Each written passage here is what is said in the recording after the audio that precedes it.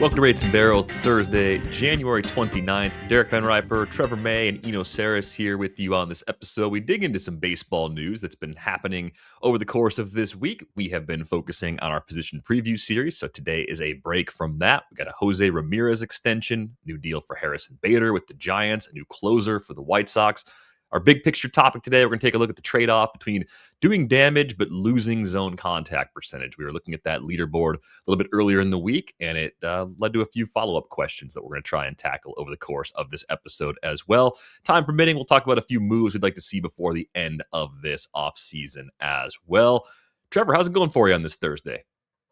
I'm great. Everything is outside of my nanny having COVID. Everything else is great. We've Can't have it all, I guess. Yeah, I can't have it all. But to be honest, we're in-laws are coming in big this week, so it's been great. Fortunately, I wish more would happen in the baseball side, but hey, well, we're 2 weeks away from report, so this usually happens, right? How are you guys doing? Good. World Baseball Classic participants can report next week too, so it's already here almost. You know, how's the Thursday treating you so far? I thanked you, Trevor, without you being here, for the experience of bringing the kids to the Eric Sim and you and the Bat Bros, and having Felix throw off the mound and all that. And I'll thank you again with you here. Have you posted that episode yet? Can I ask you who won the Olympics? Because when we were there, we were watching you run the 60-yard dash, I hope I'm not speaking out of turn. You won the velo contest. Yes. Off the mound. Video is up. It's actually a Bat Bros video, so it went up yesterday. So you're not spoiling anything. People can go watch it right now. All right. So it was fun watching because you were sort of old man groaning about body parts for some of it, and then you got on the mound. And you had I don't know how many throws you had, but you had used up almost all your throws, and you didn't have the highest velo. And I was on the edge of my seat because, I mean, those guys have legit baseball histories, right? Like he played the Bat Bros played D1. His brother actually still is playing D1, right? No, his brother's in pro ball. Brother's in the minors with the Rangers. Got picked up out of indie ball last year. So yeah, and he played at Utah. Will did. Will, the older brother, played at University of Utah, and then JT John, his brother, played at University of Louisiana, and now is in the Rangers organization as shortstop. And Sim, was a catcher, and throws pretty hard. Arm. Was known for his arm. And he didn't do that well, but it was Will, the brother, that he said he'd lost weight recently, and he ran his best 60-yard dash, and I think he tied his brother, which upset his brother very much. It was really fun to watch. He's 8 years older than his brother, is playing pro ball and a middle infielder, and he tied him in speed, and he was a catcher. Yeah, so his brother was pretty pissed. He re-raced it a couple times, and they tied exactly. Yeah, which is hard to do. Yeah, it was a lot of fun. On their last pitch, Trevor May gets out there and throws the hardest pitch of his pitches, and with a nice grunt, and gets up there. But so how did it end with the other ones? We had to leave for another event. I'm fairly certain that the 23-year-old professional player won at the end, but not by a lot. He won by a point or two. I took third behind Will, and nice. Then we had Dan. Because Eric he was destined to be last in the sprint. And so I never took last in anything. I was always fourth, and it was cascading points per thing. So it was a lot of fun. But yes, Will setting a PR off the mound, which we're using a pocket radar. He topped out at 92, and his second highest was 89. So, I mean, ooh, maybe a misread. Yeah, my first throw was 91. I was 91, 91, 92, 92, 93. Yeah. But I was a little bit come on, man, you're gonna make me actually have to hump up here. Yeah. And it did. There was a part of me that's do I really have to really try? This is stupid. But had push come to shove, I probably could have got a 4. And if I really needed to, maybe a 5. But I would have thrown my arm off and maybe borderline got hurt. So I knew I was gonna win it. He wouldn't have been able to hang with me higher than that, but we weren't expecting. I was expecting a 90 out of him or something. So yeah. Eric Sim did hit a splash hit into the water. That was fun. Yes, he did. And my video from the home run derby the next day, he does it again. So that's a little teaser for you. Oh, awesome. There you go. I would say that I did not realize how much the bats can make a difference. I saw I think it was another sim video where Derek Hill from the Marlins is using one of those drop 5 shaved bats that they're using. Yeah. Like hits it through the cage. Dangerous levels. Yeah, you're not supposed Yeah. to. Yeah, those are for distance competitions, which I happen to also use in my home run derby. So you got to get all the help you can get. But I didn't have a doctored one. I just had a out of the box one. But yeah, the bats can make a big difference, especially when it comes down to middle bats. That's kind of their whole thing, Bat Bros. Hey, and you made a lot of this with no injuries too? Yeah, when it comes to just coming out of the gate running as hard as you can, we were a little hesitant. Like, should we like go do some 80% off the side here first, just to make sure? Yeah. And so we stretched everything out, and I was like, it's gonna be my hammies and my quads, and of course I run through. I'm like, it's my adductor, it's the inside. But we were fine after that. We fielded. We had to bunt and back control, which was pretty funny. Someone forgot to swing on the hit and run. I don't know who that Oops. was. Oh. I literally just was like, swing, and then I stood there. I was like, well, that's a 0. So it was a lot of goofiness. It's fun. Go check it out on the Bat Bros video. Or on the Bat Bros channel. It's something different than he usually does. So it was a lot of fun. Very cool. All right, let's get into some baseball news. José Ramírez gets a new contract with the Guardians, a 7-year, $175 million deal. If that number seems a little bit low, it's because he still had 3 years left on the previous deal, so they just tore that up and kind of gave him something that'll keep him in Cleveland probably for the rest of his career. And we've discussed how well José Ramírez has aged many times on this show. He's put himself in a position to likely get inducted into Cooperstown, almost regardless of what he does in the field in the next 7 years. Like, he'd have to be horrible for the next 7 years for that case to completely fall apart, right? He's a top 5 player in Cleveland franchise history. It's just kind of a question of like, are they going to put another great group of players around him at any point, either through draft and development? I don't think it's going to be through spending, because that's not how Cleveland rolls, but can they get over the mountaintop in Cleveland in the time that they have José Ramírez over these final 7 years, I mean, it's really nice to see them spend, but how many other players are lining up to sort of sign something like this for them? So this isn't really a signal for me in terms of what they'll do otherwise. What they've done otherwise is just to cheap out mostly on the rest of the team. I like that they've taken shots at being different from everybody else, making a lot of contact, hoping that someone sort of grows into power. But I think that they're just going to be perennial wild cards, maybe win the division. I can't see them going up against all the way to the World Series unless, just they have to some of this new blood, some of like new hitting blood, like Travis Bazzana. I just read in Keith Law's rankings, may not be a star and may not and may just be a regular player.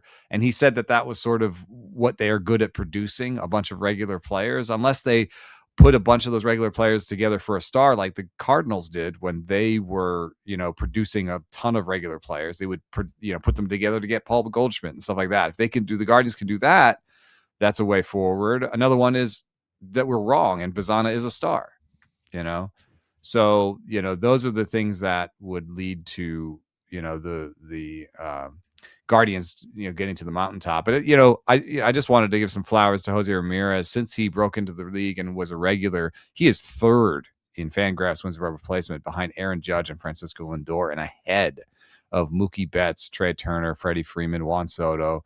So that's a little bit unfair because Soto, he has 700, 800 more plate appearances than Soto, but I mean, he's an all-around player. I'm also looking right now at how many people are in the 300 club that he'll join this year in terms of homers and stolen bases.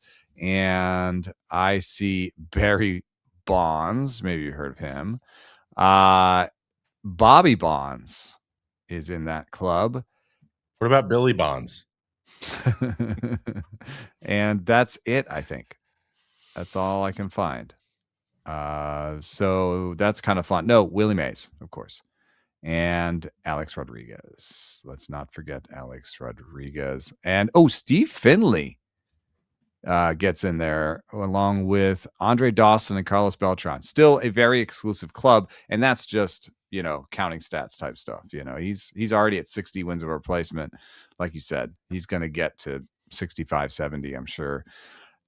It's a great deal. I love that he's just doing this. He's the king of Cleveland. Like you go in that clubhouse, you go in that city, he's known, he's loved in that clubhouse. He gets to be who he is, which is a little bit kooky.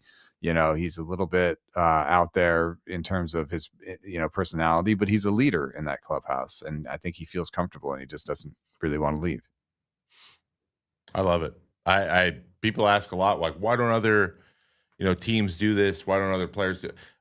By all accounts, this is the third time he's been extended. By all accounts, he goes to them and says, I want to stay here and I'm willing to be flexible and whatever. And because frankly, the Guardians wouldn't do it. They're just, if he didn't say anything, they would not do it. They just assume.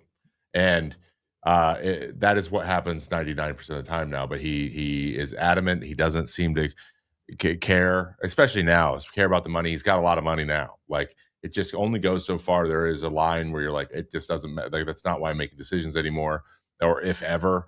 And but we are seeing, and it's funny to say this because of the nature of how markets are changing so fast. Like the peak, the biggest contracts have doubled like year over year, 3 years in a row. But there's guys under the radar that are taking. They're making the decision based on where they want to be up there, even with money, or even a little bit above it. Even we forget that. I know it wasn't a ton less money, but Trey Turner took less to go to Philly because he wanted to and he had a connection to it, and he could have gotten more somewhere else. And we say what we want to Shohei, but he didn't have to defer 68 of his $70 million. That is actually very strongly advised against by agents because because your value goes way down, and he just so happens to be the best player on the planet. So like that, I'll probably help. But like, people don't do that. Players, there's probably no one else who would do that to go where they want, even though it's the good team. At the end of the day, though, he wanted to go there and he made it happen. So there's often offers that are very similar. So, even if we can't see in and be like, oh, he took less for sure. Like there are players that, get to make their own destiny. I think it's better for a fan experience long-term if that's more normalized and players feel comfortable doing it. Like, they will be more likely to have a connection to your city, and that feeling of being there might be higher on the priority list, which might make guys, even if they're more expensive than they should be for a team, they might still sign there for a little bit less because they want to be there. That's good. But in terms of like how the Guardians put together the team, they just need to run into another couple, like when him and Lindor came up together. Like, they need another one. They need a young guy who's the next, I won't say the next Jose Ramirez, but like a caliber, maybe a peak of Jose Ramirez for a couple years. At the same time, Jose Ramirez is still good. Like, that's really what they need. They just have not had it since him and Lindor. They just haven't. They're not really that aggressive, and it's a lot of lateral moves, like Rays type of moves when they trade, which they haven't done here's a bunch of quality big league players that can fill out your roster really well. We need a stud for a year or two. They haven't done it in a while. I can't actually remember the last time they did. The splashes are like sign Edwin Encarnacion for a year. Like, what? I suppose I could, if I squint and like, Chase DeLauder, gets past all the health issues, and Bazana hits like closer to his peak power. Messick looks pretty good. Like, I guess.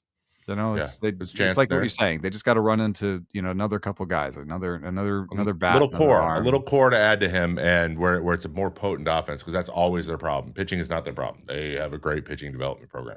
It's just they just need a couple more guys who are in the all-star caliber level. Just a couple more, not the whole team. Just a couple more, and then they do the right things. And I think Vogt can work with that really well. So they're not that far away. They just need to be able to hang with the likes of the Yankees a little bit better in a series.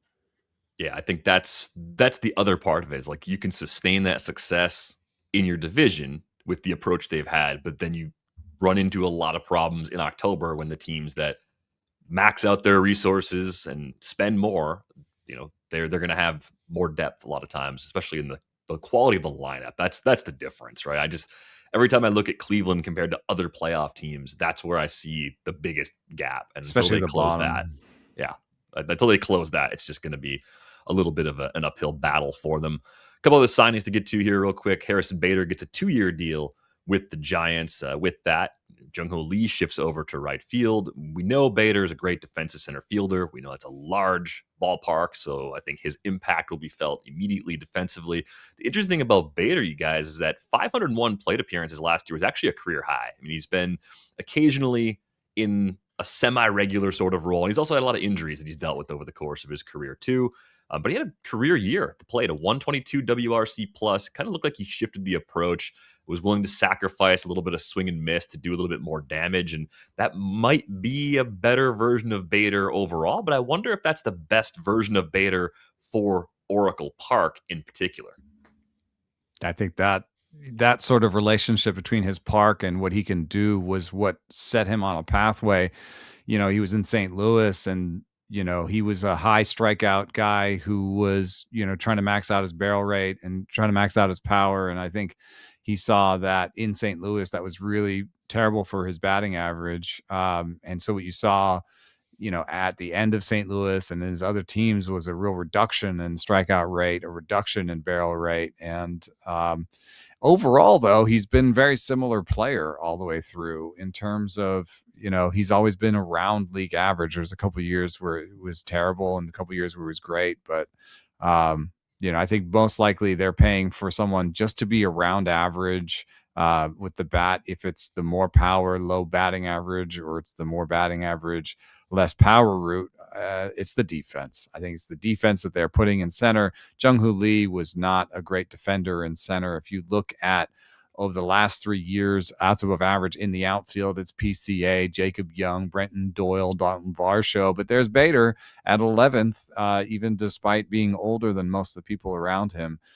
He's ahead of Michael Harris. He's ahead of Robert. He's ahead of Quan and Meadows and, some other center fielders that the Rangers are thinking of putting Langford in center, and he's well ahead of Wyatt Langford. So, I think this is a great thing that works for the Giants. It makes the Giants look better. It puts Ramos in a place where, there's less pressure on his defense. It puts Jung-Ho Lee in a place where it's less pressure on his defense. It's one of the few ways that a team could improve their defense up the middle in free agency. And I know why he keeps getting 1-year deals, though. People are worried they don't really want to pay for defense with the below average bat. They want to have an above average bat in every position. And so, if you become too glove forward, you kind of, nobody wants to commit to you long term. Yeah, a lot of teams are interested, but the Giants actually did pop for that second year, so that was probably the difference maker for Bader, but seems like a good all-around fit. One more other big move to talk about, relatively big move, because not a ton has been happening. Seranthony Domíngez gets a 2-year deal with the White Sox. Their plan, Trevor, is to use him as their closer. I look at Domínguez and I see a guy that's always had good stuff, but always had pretty shaky command. It's reflected in terms of strikeout rates that can pop up to the 30% range, but often a guy that struggles with walks and even at times homers as well. Do you see any sort of adjustment that Domínguez could make at this stage of his career to become a little bit more consistent, to actually max out his potential, even though now we're looking at a guy who's just on the wrong side of 30? Yeah, I mean, when it comes to like walk rate, a lot of times it's when you're willing to, throw a strike in a not advantageous count. I think that like he's a veteran now where he makes decisions that maybe lead him towards like being okay with the walk because he has the ability to strike guys out. A la Edwin Diaz, right? 3-0, you're going to first. Like he's just not worried about it. He's not going to throw a bunch of extra pitches because, especially if he's not feeling great, because he knows he can strike the next guy out. So like he approaches that way, just maybe not as good at him as Edwin at that. And I think sometimes he gets his fastballs pretty, even though he throws very hard, his four seams he doesn't have a ride fastball. He's more of his sinker was better, but he's throwing more four seams now because he throws so hard and it doesn't matter as much about your ride out the harder you throw. But that is probably why he gets bit by the fly ball a little bit more. It's easier to square four seam fastballs that are two plane, and his is kind of just right in that area. So it just comes down to like you got to use a lot of the plate. You got to throw strike one, and a lot of times that's set up a target and work quickly. Like another, I think that you go look at like I use Edwin Diaz as an example because when he's good, he's so good. But if you go look at movement profiles and like just things that represent stuff, like nothing's jumping off the page at you, and there's other things he does, and his deception looks a little different, but he works really fast. He doesn't let you think, and he just throws and throws and throws and throws and throws, and he lets you go to first, moves on to the next guy, and tries to get the inning over as quickly as possible. Seranthony works a little slower too. So get strike one and keep moving quick. That's what I would say for him, without having to like need to go to the black of the edges of the zone and until you have the ability to do it. You got to work up to that though. Control starts before command. I think that happens a lot in the big leagues. Is guys, I'm in the big leagues. I gotta have command, and then when you don't really have it, you kind of just like pick and choose your spots because you know if you try to bring it over the plate again, you get hit hard. So then you're willing to just walk a couple guys as opposed to give up 3 doubles. If that makes sense. And that seems to be the trade-off that he's making a lot, which makes him feel inconsistent. So it is interesting. The White Sox did this, frankly, and they did something. It feels, I don't know if this is like one of the John Fisher style, fill the quota. Feels a lot like that a little bit, and they do that with relievers because they're always shorter term deals, and also the top end of those deals don't get very high, so you can like take a little chunk out of it. I like that he got paid, and he's going to get an opportunity to go show what he can do in the back end of the game, and maybe people think about him at a trade deadline because that contract's doable. If he's absolutely dialed in, it's good, and I bet the White Sox know that too. So it's still flexible, even though it's a 2-year deal. I'm a little surprised by the fact that Seranthony throws so many pitches. I mean, he throws 5 pitches, and that's a little bit out of the norm for a reliever. So I'm going to suggest something that I wouldn't normally suggest for a reliever, especially of his age. Is could he try a gyro slider? The reason I say this is because he doesn't have good command of his slider, and he used to throw a sort of power curvy slider. Then he switched to a sweeper last year. And he added a splitter, took over for his change, and it was good. But if you need something to command other than his four seam, it's not going to be a sweeper. It's not going to be a splitter. I mean, it could be the sinker, but that not against a lefty. So I don't know. I'd hate to like tell a guy who already throws 5 pitches and is a reliever, hey, let's add another pitch. 6 seems like a lot for a reliever. But if it I would just honestly, if I was his coach, I'd say, have you ever tried it? Like throw, let's see what it looks like. You used to throw a cutter. Let's throw like something like that. It's a little gyro slider because the smaller movement profiles are easier to command. And he added 2 pitches last year. So he could just do it again, right? I think that's what's happening. He's just trying everything. Yeah. So I think he'd be open to it. I'd be like, hey, I love all these things, but you kind of need a strike pitch. That's what you need a little bit more than some of these other things. So let's maybe replace the curve with a gyro slider. You can still throw that sweeper, and gyro slider split 4-seam against lefties and sinker sweeper against righties. Yeah, the highest first pitch strike he's ever had in a season is 58.8%, which is well below league average. He doesn't want to throw a 4-seam in the zone to start. He doesn't want to, because he knows that people are coming in the box, expecting him to be wild. Which is interesting because his first pitch swing rate career has been over 30% every year except for last year, which he was only 54% first pitch strike, so that's probably a reaction. But almost year over year, last 3 years, his overall swing rate has gone lower and lower. So guys are catching on to his inability to throw in certain counts of strike, and they're taking it. He's getting behind even more. Gyro slider, throw a gyro slider. That might be it. Something that moves a little bit smaller. Yeah, that's still a breaking ball that they're not so willing to just lift and separate on, and then get ahead that way, and then let your stuff move again. But I like the first for guys like that. I would always say, have your catcher set up in one target and throw everything off that target. Do the raise thing. Guys you can get away with stuff, and then you get more fine as you get comfortable. You're like, I can throw strikes. And then suddenly you're going to the edges. It gives you confidence to do it. So that's another way of thinking about it, maybe. Interesting third closer type for fantasy purposes. We'll dig into that more on our reliever preview during pitcher week late next week. Let's move on to our big topic of the day. And it was, I think, a conversation about O'Neal Cruz in our Discord that got us thinking about this again. The hitters that have low zone contact percentages. It's a funny leaderboard to look at because it's kind of a mix of really good players and a few guys that are still trying to figure some things out. Some guys that haven't ever quite clicked at all. And especially if you leave the qualified players filter on, like that's where you're going to find the more interesting names. I think if you open this up to everybody in the league, you're going to find it's amazing that Freddie Freeman's on this list. Yeah, it's pretty weird. So the top 20, is on the screen if you're watching on YouTube, but Rafael Devers frequently appears at or around the top of this leaderboard. 73.8% zone contact. Murakami will be there. Probably. Murakami's going to be there, and O'Neal Cruz, who's again the inspiration for this, is 7th at 79%. But you got guys like Kyle Schwarber on this list. Ohtani's in the top 5. Obviously, there are guys in here that are very good hitters, guys that can do a lot of damage, and there's some kind of trade-off here. There's some intent, right? There's anticipating and being wrong is probably part of this, in addition to barrel control and other factors too.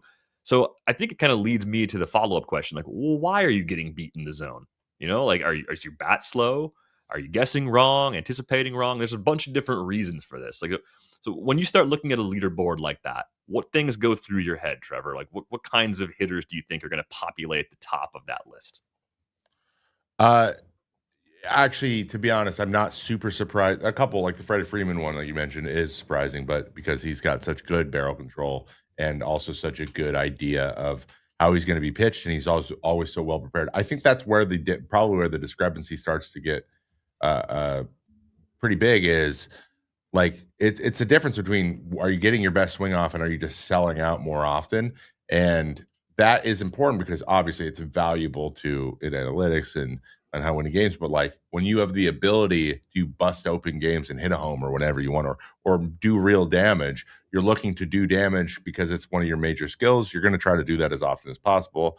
And sometimes if you're guessing wrong, I want to say guessing, if you're anticipating wrong and you're a swinging on situations, you're getting fooled quite a bit. That's when this is going to show up. And Devers is one of those guys. He does look really, really bad sometimes. Ohtani's up there. He looks really, really bad sometimes. But the trade-off is when they get you, it's something that sticks out, first of all, in your mind as a hit pitcher. And there's this like residual, I don't want that to happen to me again. So their ability to force you into make mistakes so that when they sell out, they still get to it, even if they're not quite onto it, goes up. And so that's the game being played. But the guys who are so good, guys who are good at selling out, like Juan Soto's peaks for selling out are really, really, really high. But he knows he's really in tune with what going with you and anticipating what's going to come. So he's making those decisions just as good or better than other people. And then he also has the natural hands to then emergency kind of erase a mistake and just foul a ball off and then go back in. Miggy Cabrera is the best ever to do that.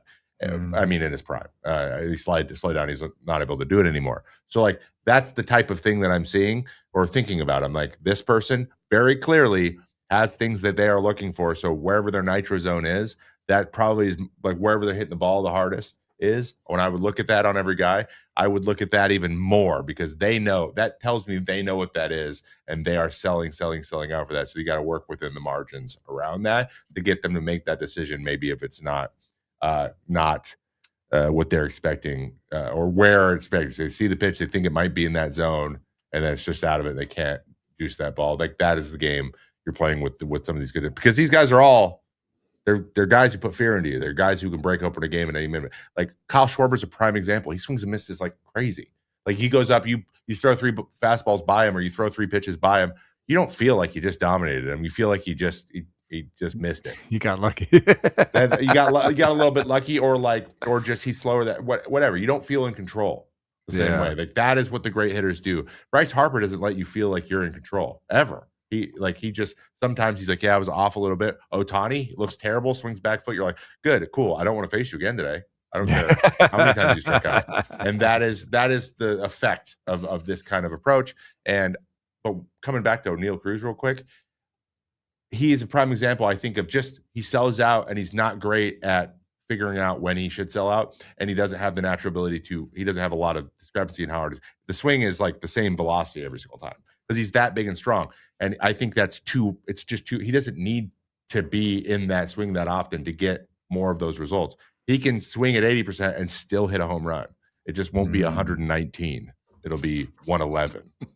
Right. Like he does have the record for the hardest hit home run. And I think that's the next thing we want to see from O'Neal Cruz. And unfortunately, he's on the Pirates. I don't know what else. He's on the Pirates, so I don't know if this is a thing he's going to change. But if he moves forward, what Brent Rooker has been doing, like reducing like 1 or 1.5% off his K rate every year, but the barrels and the squared up is staying the same. He's slowly, incrementally changing into a guy who makes more contact because he was a high strikeout guy before, and he realized I don't have to swing so hard in order to hit the ball really far. O'Neal Cruz is that type of guy. He's athletic. He can learn to do it. It's just not naturally barrel control and varying speeds isn't naturally his thing. So if he figures it out a little bit and brings that down, I think he can still produce at the same high level in terms of damage. Like that is his game. He's correct in that being his game, but he can I think take the foot off the gas and maybe create this cool, I struck him out, but I'm not confident I could do it again.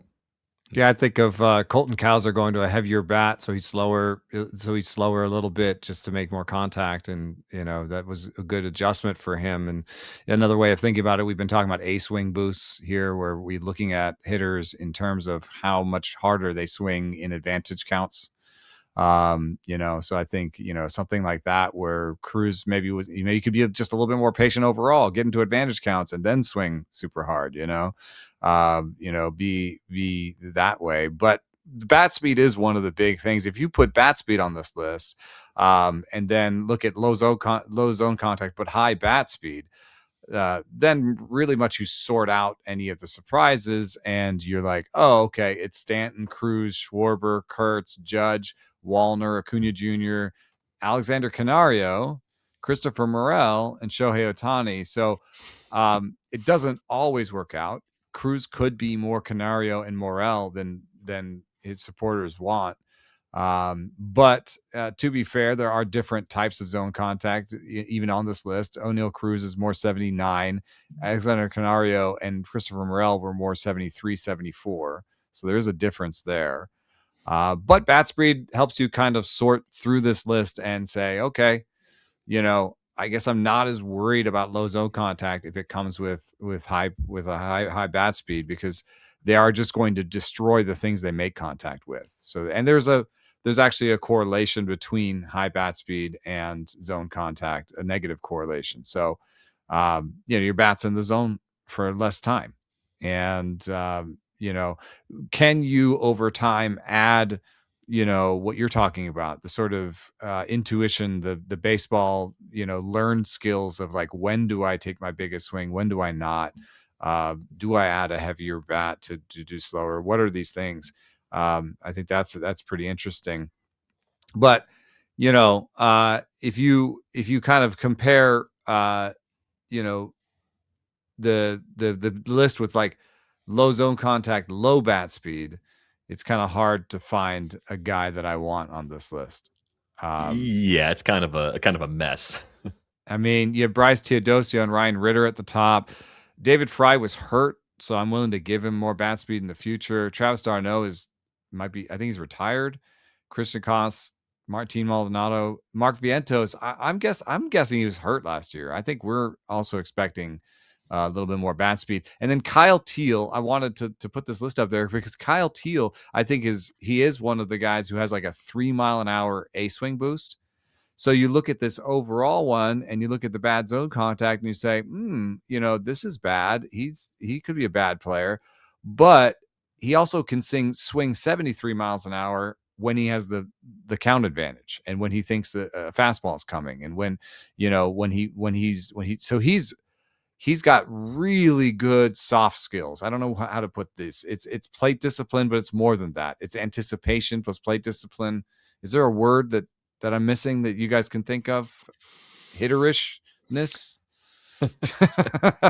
Plate vision. It's swing plan. Yeah, I mean, plan. He's got a good approach. Approach. Yeah. That's it. I think Teal has a good approach, so I'm not as worried about him being on this list. But I don't think Vientos has a great approach. I am worried if he stays on this list.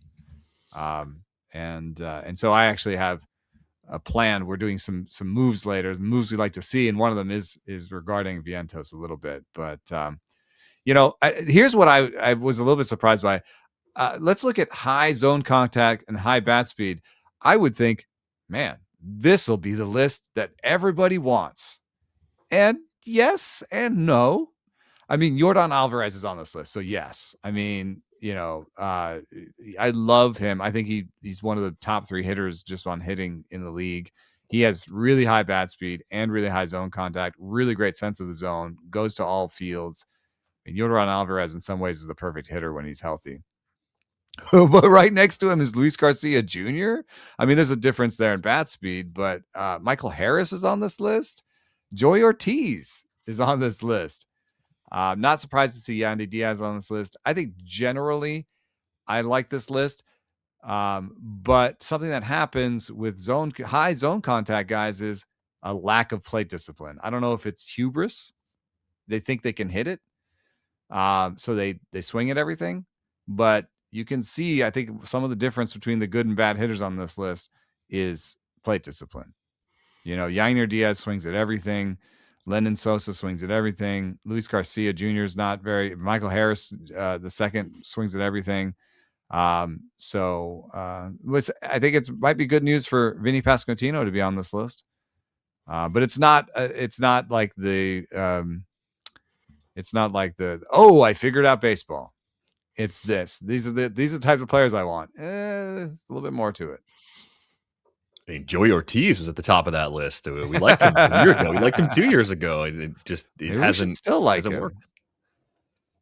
I think you can see the organizational pressure on his job kind of building up a little bit, and understandably so. And thinking about the Vientos thing for just a second, he did cut the K rate last year from nearly 30% in 2024 all the way down to 25%. And I just wonder how often trying to make one adjustment costs you something. Usually you have to give something to get something when it comes to hitting. So maybe slowing down to make more contact is not the ideal sort of approach for a guy like Mark Vientos. He should probably go up there taking more ace swings, trying to get to that power, and accepting a little bit more swing and miss in his profile, because that was the best version of him we've seen as a hitter over the last 2 years. And remember who his hitting coach was and how there was another hitter on his team that kind of had this same pathway to realizing, oh, maybe, trying to go the other way and being JD Martinez isn't what Francisco Alvarez should be doing. Mm-hmm. I think Vientos could learn a little bit from Francisco Alvarez and just be like, hey, I'm here to mash. I'm here to pull this ball in the air, hit it real hard. And I don't maybe have great bat to ball. So I need to be on that other list. I need to be on the Ohtani list where it's high bat speed, low zone contact, mashes everything that's in that. When I make the right decision, I mash it. You got to remember how much of this has to do with opportunity, though. Maybe he's like, I can't strike out this much and get an opportunity to play. I'm just going to lose my spot if I strike out too much. And and he was able to do that the year before because they had JD and Iglesias doing things that they didn't anticipate them doing, and that allowed him to have space to just kind of be himself. So maybe that's the style of player that he is naturally, but he's just trying to fit into the team he's on so he can actually get big league time and get some experience. Maybe he can have enough power naturally and be strong enough naturally in order to get away with that stuff. So he's not. So the team doesn't think about, is this guy a strikeout liability? He's going to go up there in a pinch hit situation and just give us nothing. It's so interesting. I mean, basically, you just said is your glove can impact you at the plate. 1,000%. We know what his glove is. So he's right. So if you don't have a glove, you're like, oh my God, everything is on the plate. I have to be everything at the plate. I can't have a flaw at the plate. I need to make contact and if the guys who are being paid on your team are not producing or they're striking out more for some reason, he needs to strike out less or he's not going to get an opportunity. Right, because that's why his coach would put him in the lineup. It's like, other guys having tough years who are going to be paid and going to have the job is going to make it harder for Vientos to play on the team. And that So how does that line up for this year? Maybe Maybe this year it's actually in a way a little bit better because I think, there's all these new people on the team that, they'll have, if Marcus Semien has a really bad year, there's more attention on, we traded Nimmo for you. Like, oh Yeah. no, Yeah. so Vientos is a little bit more under the radar. And right now I think he's ticketed for mostly, DH work or first base. And there's more DH now. Yeah. With no Pete to because Pete played every day. Pete was not going to get hurt. So there was going to be no, you're not going to be able to Wally Pip him. So it's with Pete gone. Yeah. Vientos is going to get more flexible. Like they're not just going to be like Polanco, your first baseman. You're going to be our 161 games. Yeah. No, especially not Polanco. Yeah. Vientos is also a better first, he's not a great defensive player at all, but first base is the best place for him to be. It always has been. So that might line up a little bit where they're willing to be like, you know what? It's not like Pete was, Gold Glover. So that's something. It's not so glaring. The difference is not so glaring, and that's the best thing possible for Mark Vientos, where they're like, we can play you in these situations, you can hit in these situations, and we feel like you're just as good as the other options. That will get him more playing time, then allow him to get going a little bit. Because at the end of the day, you got to play regularly. You can't play once a week and expect to have a great year. Okay, you're a pitcher, and I know Shohei Ohtani's on one of these lists, and he's not on the other. But be honest, which of these archetypes would you rather face? Would you rather face the big whiff, big bat speed guys like we showed that list, or this list, high zone contact with walks? So these guys are pesky. Mookie Betts, Perdomo, Jose Ramirez. These are nightmares, right? Because if you're in the zone, they're making contact. If you're out the zone, you're walking them. There's just it's not and the stuff that's close, they're either taking it or they're fouling it off. They are not missing it. Yeah. So they're nightmares. Bregman gave me fits. Jeff McNeil obviously loves to just slap stuff, especially against hard throwing guys. He's just I'm good doing that. And Cronenworth, I've got Schwanwell. We knew the moment he came up, he was going to be a nightmare for back end bullpen guys. These are the type of guys. These are the type of guys you don't want to if you're not feeling super super sharp, and God forbid you give up a single or walk the first guy and he comes up well, I'm not going to get a double play here probably, and I'm probably not going to get a strikeout. So what's left to do? I got a fly out. You're going to get minimum value for the out you get, whatever it is. And so that's the type of thing I think about. This guy strikes out more in front, doesn't walk as much. I have to get him out to make facing the other guy palatable, because he's going to give me fits, and then he's going to make it even worse if there's a guy on first, because I'm terrible with people on base. That guy's probably going to be on second. Facing Bregman with a guy on first with no outs is just the worst. I think if you were a dominant pitcher, I think on some level you would pick that list, because you'd say, I'll be in the zone. I'll throw 99 in the zone, and I don't care about their great plate discipline. Yeah. But I could see I wouldn't want to build my lineup out of these guys. I mean, maybe Jose Ramirez. You couldn't go that far off. Yeah, I'll take Bregman and Ramirez. Yeah, sure. But I think that'd be a pretty good lineup if you had Perdomo's pretty dang good positions too. covered. Yeah, I think you'd be all right with this group. But if you think about the Mets this offseason, just to bring them up again, I think that what they said is we have Ramirez and Bregman types, and they added wild cards to it.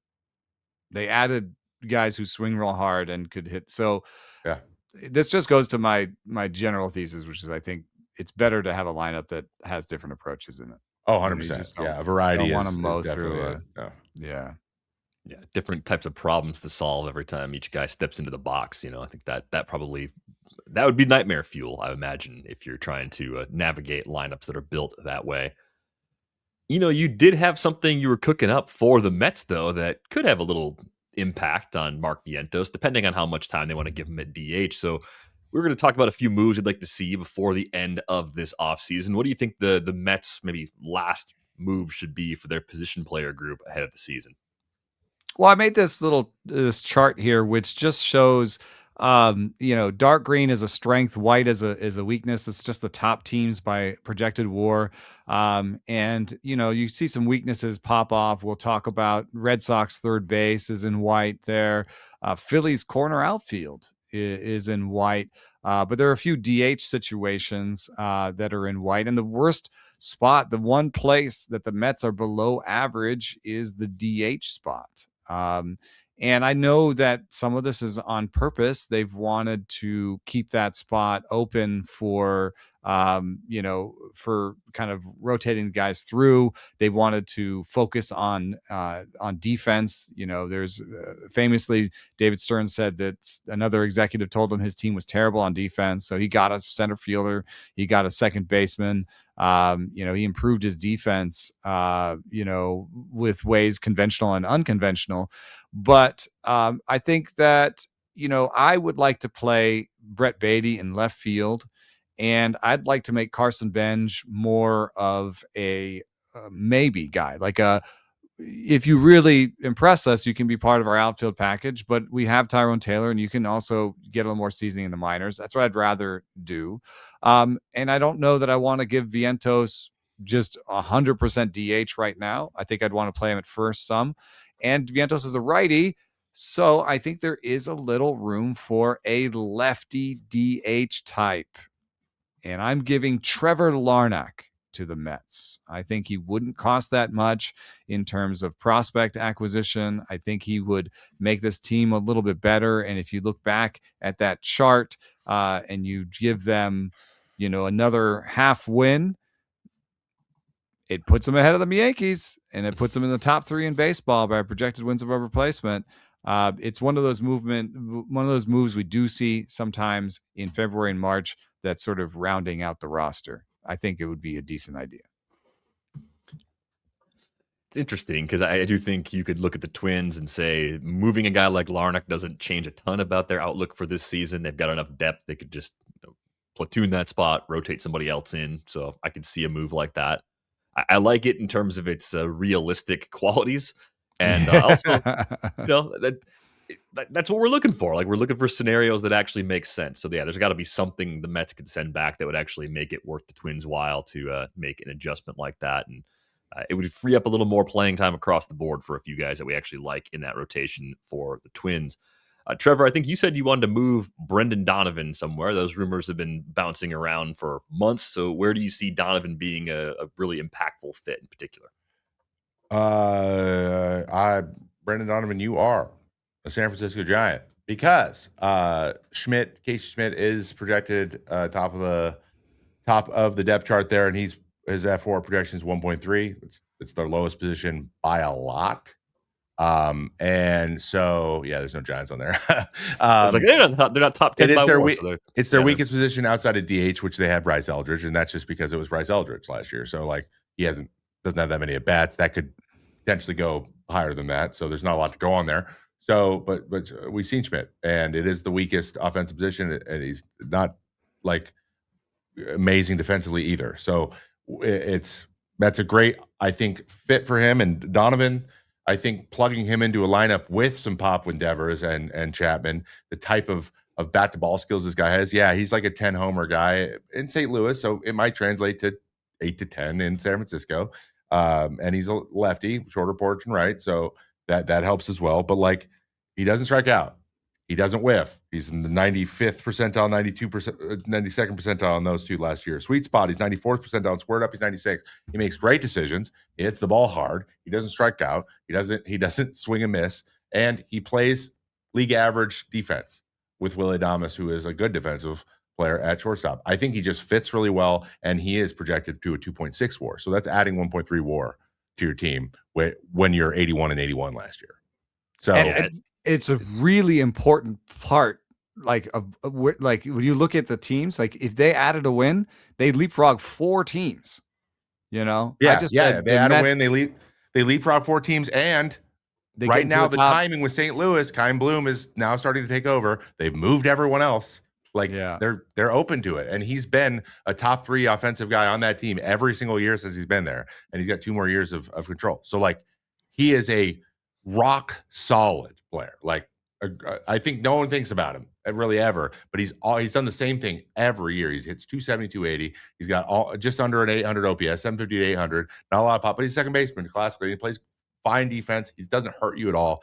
And I think you put him on a team with guys like, because Chapman's like the good version of that type of player. He's like his ceiling's higher, but he plays like that usually always. Defense is always there. He's always producing, even if he's struggling. Yeah, I think he fits there. He fits really well with that team. With their vibe that they're trying to get. He fits their vibe, and he's a huge upgrade for what they have now. I just think it makes all the sense in the world.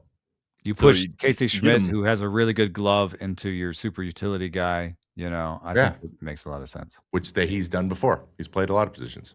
and for Donovan, it's 2 years before he's a free agent. So, it's the last 2 ARB years. You can afford it. You're the Giants. You got money. You got a hard time getting free agents to take your money sometimes. I think there's a lot to like about that.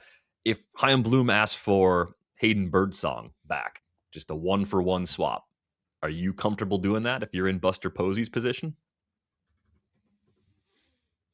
Yeah. For 2 years, yeah. I think so, because I don't think Birdsong is going, like, they're I don't know if he's going to have.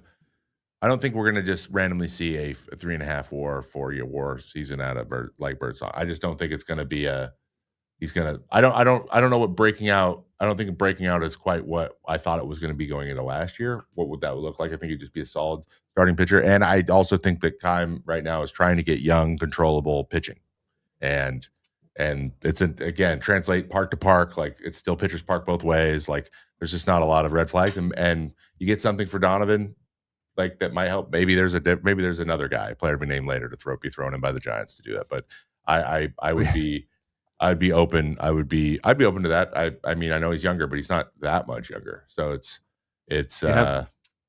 you have the meta game, the meta media game that we talk about sometimes. There's an article about a sort of breathless Birdsong looks great article that just came out. And, a lot of times you have to think about why these articles are written or because think about it, like, yes, he's working on being more upright and maybe he looks good and maybe his command is going to be better. That's sure. And he's had, different things like this in the past. And, why would this come out now? I think they're talking to some team and Birdsong's name is coming up. And maybe this is for leverage. They want something else on top of that. They want Jojo Romero along with Donovan if they're going to give up Birdsong, or something like that. I mean, they could grab JoJo too. That'd be a big pickup. They need that too. I think we're talking. I've had executives. It could be more players involved to actually make everybody happy. But I just think, are you willing to give up the future of Birdsong as part of the way to get better at second base? I think I am, because I think his future's in the pen. When you look at what he did when he was in the pen, he was great. And then they tried to stretch him out, and he's great in like 3 innings. And then it just, once he got to 4 and 5, it stopped working. I think it's just something about the body. And I just wanted to point out, I've definitely had executives even put their cards on the table and be like, this is why I want you to write this story. So, it doesn't usually work out for them because that's probably the most effective way to get that done. Well, sometimes they'll give me a story idea and the story does not come out the way they wanted, because I went into the analytics of it and was just like, I come with a different conclusion. Sorry. But it was a good idea. Thanks. I think one of the low-hanging fruit options on here that we've talked about at least once on the show already, Eugenio Suarez to Boston, makes a lot of sense. You just short-term deal. I think it's one of the few places where you drop him in that park, and one of his biggest flaws caused by swing and miss, that average kind of dragging everything down, starts to fade a little bit, right? So I think that could be a really obvious, easy sort of thing that could happen in these next few weeks. I like that. You're also pushing Marcelo Meyer to second, and then you're basically taking Marcelo Meyer, Christian Campbell, you have, Romy Gonzalez, all these guys, and you're saying, not, I need to fill 2 positions on the infield and figure it out. I need 1. I just need to figure out 1 position on the infield. You guys help me figure that out. So I like that one a lot. I think the other low-hanging fruit is just Framber to the Orioles, but because if you look back at that chart again, the Orioles are in bright white still in starting pitching. And if Framber gave them 2 wins, they'd jump past 3 teams and jump into that top 5, top 6 in the league, which I think they deserve to be there, because I think it's that kind of a lineup. So I don't know why the Giants are rumored in. I think what we're finding with Framber is maybe some of those concerns about the clubhouse or just, concerns about his makeup or whatever are part of this. But the price has now seemingly dropped to some of these prove it deals, these 1 or 2 year, 3-year deals with an opt out, that sort of stuff. And the Giants are going to be interested in that. And I think that would actually bring the Orioles back to the table, because I think the thing they just don't want to do is give a pitcher a long term deal. So if they could give a pitcher a 3-year deal, I think they would. Yeah, I like that. I think the other idea I had, it's less of a move in the sense of a signing or a trade, was that I'd like to see the Phillies be pretty aggressive with Aiden Miller and adjust their defensive alignment. And I don't know what the optimal configuration is. I know Trey Turner had a big bounce back year defensively, with the metrics, but maybe you put Trey Turner in center, maybe you put Trey Turner in a corner, maybe you put Turner at second and move Stott somewhere else. I mean, there's probably a better way to line up that Phillies starting 9 with Aiden Miller in it. And I'd rather see them do that than do another version of the Max Kepler deal and the things they've done in the past to sort of try to upgrade that corner outfield mix. In some ways, you're saying you believe in Aiden Miller a little bit more than Justin Crawford. I mean, right now, Justin Crawford's ahead of that CF, on Fangraphs. And that seems weird for me to have a team this good be like, yeah, we're just going to do this. I mean, I think you could basically float the rumor in spring training that, that is a possibility. Turner takes, balls in center field, and you're just watching Crawford and Miller and seeing which one you want to roster more. And I think Crawford is going to be a great defensive center fielder. Like, that's not a concern at all. It's just making adjustments as a hitter that make him less of a liability on that side. And maybe the way that team's built, they're like, doesn't matter. He can play great defense in center. We can hit him 9th. He can figure it out. We'll make those adjustments later. Like, that could be their plan too. But the more I think about the way that team's built, I just want to see him do something a little bit different on that front sooner rather than later. Maybe it's not out of spring, but hopefully at some point in the first half of the season. Any other moves you guys want to see before this offseason comes to a close? Yeah, I want to see, speaking of the Orioles, just looking at the depth chart for starting pitching, and it looks okay with Trevor Rogers, who I constantly forget had the year he had last year, even though maybe the dominance wasn't quite there. I think he got away with quite a bit, having some solid defense at times. But still, I think Zach Gallen is a great veteran guy to add to there. I don't know who that pushes out. I know that Eflin is now the 5th spot. And it's weird to think that Zach Eflin might be the one preventing them from signing Zach Gallen, which should not be the case. But I think that he had a regression year last year. Gallen did. I know halfway through the year, we kind of went and looked at his stuff, and there was a lot of kind of red flags going on, a lot of velocity drop, and a lot of like movement stuff. But it looks like in the last 2 months or so, a lot of this stuff evened out. His batting average against was right normal, and his expected batting average against all pitches across everything was just about where it's been, even during his good years since 2021. His one weird thing was his curveballs performance, which is accounting. The run value was a swing of 19 runs now down year over year. And a couple big things were just like he threw 7% more first pitch strikes, and then he got first pitch swung at 2% more of the time for the year. I think he was just in the zone too much at the beginning of the year, and his curveball wasn't moving quite right. He figured it out later, and it got better. But all the whiff rates for everything, and all the performance, and all the expected stats on each pitch, pretty much the same all the way across the board. So I think he just got bit by a little bit being unlucky, a little bit. He might have had some nagging stuff going on in the early part of the year that was messing up how his stuff moved, and he didn't adjust his usage very well at the beginning. And that's also something we said. I believe it was like last May or June. We were like, "What's going on right here?" He's not changing how he pitches, even though these things are moving really way different. But then at the end of the year, they were moving normal again, and he was still doing the same thing, and stuff started to even out. So he ended up with a 4.8 when he's got a career 3.7. And there's no reason to think he gives me a little bit of Aaron Nola. Like, there's no reason to think next year he won't just go out and throw 175, 180 innings and be that 3.6, 3.7 type of guy again, because he's still young. It's like he's not an old guy, right? He could be the veteran presence that they can put at the front of their rotation, and they need that. They need a guy who throws against really good lineups and knows how to pitch and isn't scared of anybody. Like I like Kyle Bradish, but he's been gone for a while. He's got really nasty stuff, but we'll see how that plays out for a whole season. I like Trevor Rogers, but like up until last year, we didn't see anything like that before. So we'll see if he can do it again. Like if I'm trying to have 3 guys for playoffs series, which they should be because their core of position players still really young and they need to take advantage of that. If they want to do that, you got to have a guy you're like, we're comfortable throwing him in game 1 or 2 of a playoff. All things considered, in a playoff series, we need a guy that has a track record of success, and they don't have that. They don't have that right now. We don't know. I don't know who's behind these fifth guys really. We got Cade Povich as in the 6-7 spot. Like, they just don't have. Grayson Rodriguez is gone. He's probably the highest ceiling. So like they don't have that guy right now, and he could make a big difference. And also his stats were down a little bit. He's going to be cheaper. You might be able to get him in that 2-3 year deal. Maybe there's opt-outs after a year. You got to take a shot here. Like, these guys they're going to get a year older every year. You got to take advantage of the core you have. Yep, a year older and another year of ARB, they're going to cost more. So, that matters to ownership too. So take the shot while you can. To your point, Trevor, from August 2nd on, Zach Gallen had a 3.32 ERA and a 1.08 WHIP. That's much more typical looking Zach Gallen. Him. Once he settled down. It was sub-4 from July on too. So like it was a good second half, but a really strong finish over those final 2 months.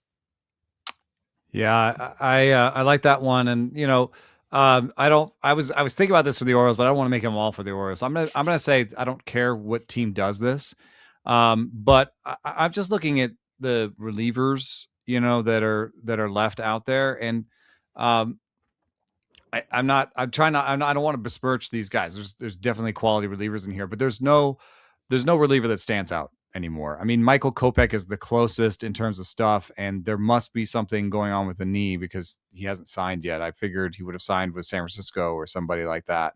And so the fact that he's still out there suggests that there's some nervousness about his health, which makes sense. He hasn't been the healthiest guy.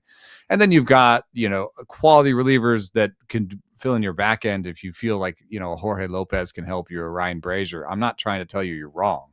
I'm just saying that other than Kopech, I don't really see a top end reliever out there. And so if you're thinking, man, I would love to have an 8th inning guy or a 7th inning guy, even, I'm not sure that's out there other than Kopech. And so I want to think outside the box, and I want to sign a starter to relieve. And that starter is Walker Buehler. And I know that Walker Buehler has really diversified, and he throws like 6 or 7 pitches right now. And all of them are around league average. And so some team might say, no, he can still be a starting pitcher with better command. I don't know. I'd be much more interested in seeing what would Walker Buehler look like if he was throwing 96 and 97 again. I think if he was throwing 96 and 97 again, and he focused more on that knuckle curve, and maybe just, took the fastball and slider and, the fastball and sinker and slider, and was more of a 4-pitch guy, but it was 97, I think he could actually be dominant out of the pen. We've seen guys make this transition, and I think just looking at the usage pattern, like being with the Red Sox, being let go, catching on with the Phillies, having good surface results, but terrible underneath the results. This is exactly when your agent starts talking to you. The player probably wants to be like, no, I'm still a starter. I've been a starter in this league. I want one more shot. But the offers coming to you, I'm guessing right now, the offers coming to Walker Buehler are in the bullpen, stretch guy, 6th guy on the roster, 6th starter on the roster, long guy. And so I would just attack this offseason and be like, I'm going to try and throw as hard as I can in 1-inning stints and see if I can get out a second. There's lots of guys. Shelby Miller had a second part of his career. A lot of guys have had second parts of their career where, they just make the transition and they get another contract. I mean, what is it? If you're like, oh, I could get a 1-6 or a 1-5 right now, as a starting pitcher somewhere, or I could go into this, maybe take a 1-10 as a reliever and maybe come out the other end and get a 3-30 again. I think that's a very realistic outcome. If he comes back, strikes out 30% of the batters he faces as a reliever, which doesn't seem ridiculous, consolidates the arsenal the way you're describing, gets that velo back again. And I think we've seen just enough post-injuries of Buehler trying to get back as a starter to where you can probably get that buy-in. It certainly makes a lot of sense outside looking in for a team to try that, and kind of makes you Luke wonder. Weaver recently, there's a lot of guys. What if he just goes back to the Dodgers as a reliever? Like, is that is there anything stopping that from happening? Not the thing. Oh. From the sake of, I'd like to see that happen for someone else. I hope it's not the Dodgers, but why wouldn't they if they like him and believe he could do it? I think they should. Yeah, I think it would. He's a great example of that, I think. I think you're right. I think it would probably be a team that he believes has good pitching coaching, because it will be a big transition, and he'll want somebody. So it might be familiarity, might be Dodgers, might be somebody he's done that before. I mean, I think the Blue Jays could honestly take him back as a reliever. Yeah. Braves go to Hefner. He could help. Yeah. So yeah, I agree wholeheartedly. He's the type of guy who could do that. He has the demeanor for it. A lot of times that's the problem. It just comes to buy him. But you're right. You have an identity, and you've had success in that identity, and then you have to accept that things have diminished a little bit, and your health is not happening. And you also have to come to you got to be honest with yourself and say, a huge reason that guys are being signed is if your stuff is diminishing, they're just not going to touch you with a 10-foot pole. Like, that's it. If you're already regressing and they see it, you have to find a way to show like that regression doesn't matter as much now because I can get more of that back from this, and that'll just like the same team could be like starting even the sixth guy, but they're like, we'll be a reliever, and then you add 2 miles an hour. They're like, oh yeah, oh, this is great. Now we're like bought in. Like time for a pro day where he sits. Everyone gets time hurt. For a pro day where he hits 99 on a pro day. Throws for everybody. It goes around social media. 99 from Bueller. And you come into spring within 3 days. Three of the 5 starters go down, and then suddenly they're like, he's like, I can do it. Yeah. Let's build me back up again. And then now you're there, and you can be like, I'll do it. Like sometimes that happens. Sometimes you get right back into the swing of things immediately. So you got to be on a team though. You don't want to sign you don't be so stubborn that you have to sign a minor league deal and be like, I'll go make the team. And like, probably not going to be with a good team either. So like, it's about what you want, what you can parlay into more years after this, because I'm sure he wants to play for a lot longer. Yeah. What do you value at this point in your career if you're Walker Buehler? Let us know in the Discord if you got some free agent fits out there that are a little bit outside the box. We'd love to see those, or even just some on-target Framber Valdez calls. We'll take those too. We are going to go. We are back at it on Friday as we resume our position preview series. Thanks for listening. Or gracias para escucharnos.